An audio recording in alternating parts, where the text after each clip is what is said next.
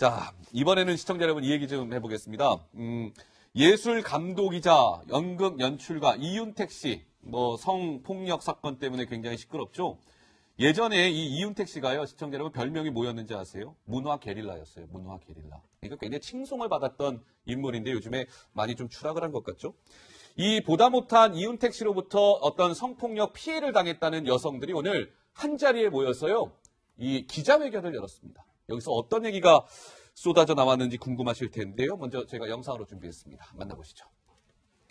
미투 운동으로 어렵게 말을 꺼낸 이후에 그동안 왜 말하지 않았는가라는 질문을 수도 없이 많이 받았습니다. 그 대답은 그때는 말할 수 없었기 때문입니다. 몇 명이 고발하려는 시도도 있었지만 아무것도 변화되지 않았습니다. 오히려 캐스팅에서 제외되거나 정신이 이상하다는 공개적인 모욕을 듣고 더욱 힘든 스텝일로 내쳐졌습니다.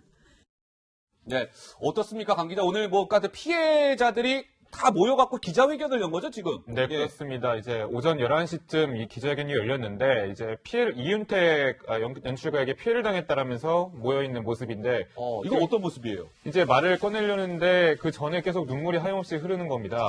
아이고. 예, 그렇습니다. 그래서 지금 이렇게 말을 잊지 못하는데, 왜 그런 말이 오늘 보이더라고요. 왜 말하지 못했느냐라고 질책하지 말고 지금 말해줘서 고맙다라고 말해달라. 네. 지금 많은 마음고생이 있었을 것 같았는데 지금이라도 이렇게 피해 사실을 고백해줘서 참 감사하다고 말하고 싶습니다. 네, 마침 또 속보가 들어왔군요. 자, 경찰이요, 성추문 이윤택 씨와 관련해서 본격 수사에 착수했다. 그리고요, 이윤택 씨와 관련해서 긴급 출국 금지 조치를 내렸답니다. 외국 나가고 싶어도 이제 나갈 수 없는 거죠. 수사를 받아야 하기 때문입니다. 이윤택 긴급 출국 금지까지 지금 속보가 들어와 있습니다. 피해 여성들은 저렇게 오늘 눈물을 흘리면서 이윤택 씨에 대해서 비난의 목소리를 쏟아냈습니다. 자, 그런데 정성희 뉴스연구 팀장과 앞으로 말씀을 좀 나눌 건데요.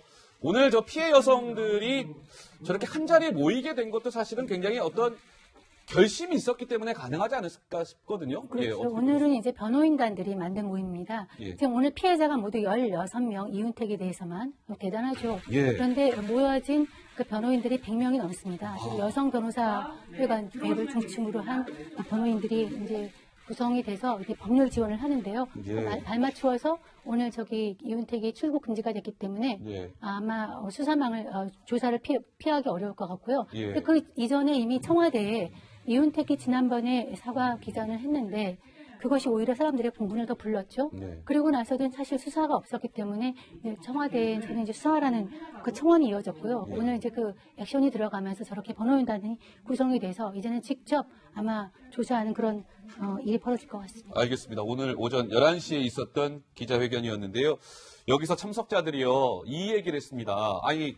이게 뭐랄까요, 성추행이나 이런 것들을 당한 것도 참 마음이 아픈데 최근에 이게 막 뉴스가 보도되고 하면서 2차 피해를 받고 있다. 여기서 또 감정을 추스리지 못하는 참석자도 있었는데요. 홍선주 씨군요. 예, 홍선주 씨 이렇게 얘기했습니다. 듣고 오시겠습니다.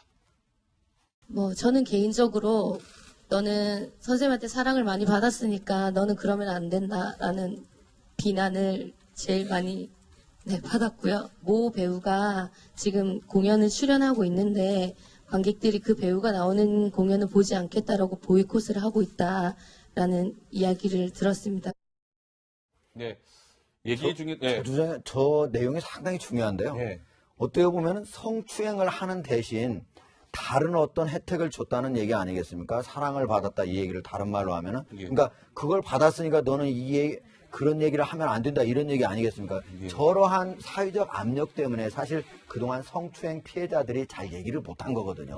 그러잖아. 그리고 또 하나는 뭐냐면 우리나라가 가장 크게 비난받는 게 한번 그 유엔에서 나온 게 있어요. 2012년부터 16년까지 5년 동안 우리나라에서 내가 성추행을 받았다 이렇게 하고 신고를 했는데 그 2,109건이나 되는데 그 중에서 실제로 검찰이 이거 문제가 되는구나, 이게 처벌해야 되겠다 하고 기소한 거는 9건뿐이 안 돼요.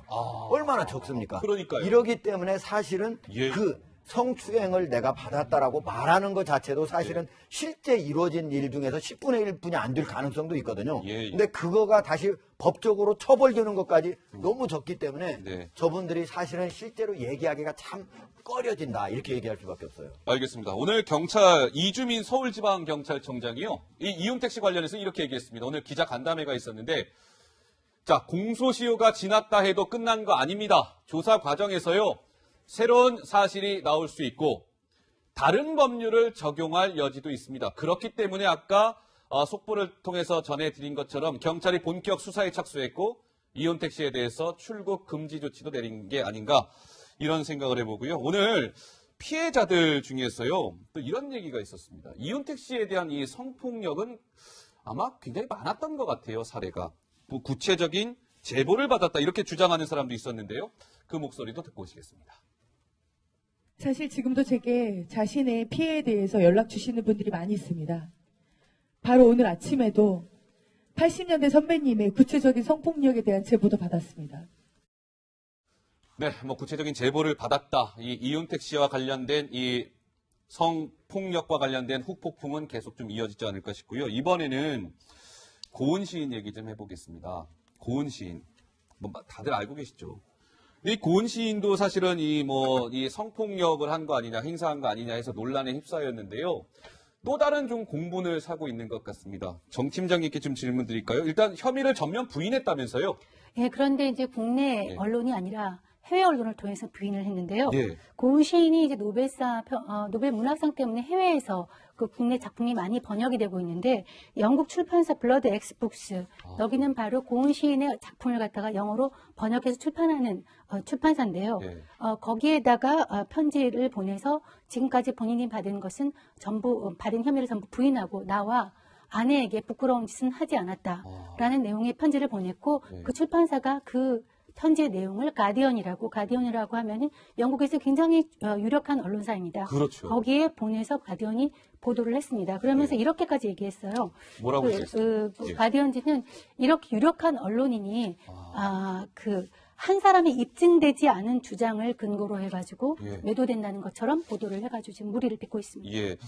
그러니까 국내 언론도 이 고은 시인과 관련해서 이제 접촉을 막 여러 차례 시도했습니다만 국내 언론 기자들하고는 접촉이 안 되는데 고은 시인이 이제 외신을 통해서 이제 본인의 그런 여러 가지 의혹을 부인한 겁니다. 이게 논란이 좀 되고 있는 건데 일전에 고은 시인이요, 과거에 한 인터뷰에서 그 고은 시인의 아내를 향해서요 이렇게 얘기한 적이 있었습니다. 그 목소리 듣고 말씀을 좀 더 이어가 보도록 하죠. 하룻밤에 10편이 나와요. 그래서 옆에서 이제 아내도 자고 있는데 아내 잠을 깨서는 안 되니까 화장실에 후면 불빛이 남아있으니까 거기 가서 쓰고는 또 돌아와서 자고. 근데 또 조금 있으면 또 무엇이 나와서 잠을 깨고. 그래서 이제 새벽까지 10편을 쓴 적이 있어요. 아, 이게 미치겠어요. 네, 고은 시인의 과거 인터뷰 내용을 들었습니다. 그런데 이 고은 시인의 사실 이번 이 논란은 시인 최영미 씨가 폭로를 하면서 사실 이제 알려지게 된 건데, 이 전면 부인을 한 이 고은 시인에 대해서 최영미 시인은 반응이 어떻게 나오고 있습니까, 정 팀장님? 제가 접촉을 시도해봤는데요. 네. 핸드폰 전화는 안 됐고 페이스북인과 또 다른 어떤 문자 메시지를 통해서 지금 언론 인터뷰는 응할 수 없다. 그러면서 이렇게 얘기를 했습니다. 딱하다. 진심으로 사과하고 용서받을 수 있는 마지막 기회를 날려버렸다. 네. 그러면서 그 고은 시인에 대해서 옛날에 본인이 이 괴물이라고 했죠. 예. 고은 시인에 대해서 했던 말과 글은 다 사실이다. 문화지금치 예술계 성폭력을 조사하는 공식 기구가 지금 출범을 하려고 하고 있지 않습니까? 거기에 네. 나가서 자세히 이제 밝히겠다고 썼는데요. 이와 관련해서 제가 이제 드릴 말씀이 있는데, 예, 말씀하십시오. 예. 제가 최영미 시인과 대학 선후배 관계라서 제가 오래전부터 알고 지내는데, 사실은 제가 이 고은 시인에 대해서 이런 얘기를 들은 거는 20년 전이거든요. 아, 20년 전이요? 네, 정확하게 20년 전에 이런 얘기를 다 들었었습니다. 근데 네. 지금 와서 그럼 얘기를 보도하지 않았냐. 사실은 그 허락을 받지 못했고요. 최영미 시인의 허락을 받지 못했고, 예. 또 뭐 제가 담당 기자도 아니었고, 저뿐만이 아니라 그 주변에 있는 기자들이나 아마 문학의 이사들은 다 아는 내용이었거든요. 네네. 그런데 이렇게 알만한 사람들은 다 아는 일에 대해서 고은 시인이 위해서 그런 일이 없다고 얘기를 하니까 저는 정말 개인적으로 굉장히 충격을 받았습니다. 네. 정말 이제는 이제 85이기 때문에 인생을 돌아보고 진실을 얘기해도 정말 될 나이인데 이제 네. 끝까지 이런 사실이 없다고 하는 거에 대해서 저 사람은 뭐지 하는 생각을 할 수가 없습니다. 그렇군요. 그러니까 이제 이 고은 시인은 나 자신과 아내에게 부끄러운 일은 하지 않았다. 이제 이 여러 가지 의혹에 대해서 전면 부인한 건데, 시인 중에요 박진성 시인이라고 있습니다. 그러니까 이 고은 시인이 이렇게 부인을 하자 박진성 시인은 아니 고은 시인님 거짓말하지 마세요. 이런 적도 있지 않습니까? 강 기자 무슨 내용이에요? 예, 이렇게 고은 시인에 대한 그 목격담을 이제 SNS에 적은 건데, 나도 사실 방관자였다라고 고백을 했습니다. 고은 시인은 신체 노출을 일상화했고, 수백 명이 넘는 사람들이 다 아는 사실이다라고 정성희 팀장과 똑같은 얘기를 했는데요. 그 다음에 좀 구체적으로 이런 얘기를 했습니다. 고은 시인은 이제 추행을 계속 하다가 여성이 저항하니까 바지를 내리고 이제 성희롱을 했다.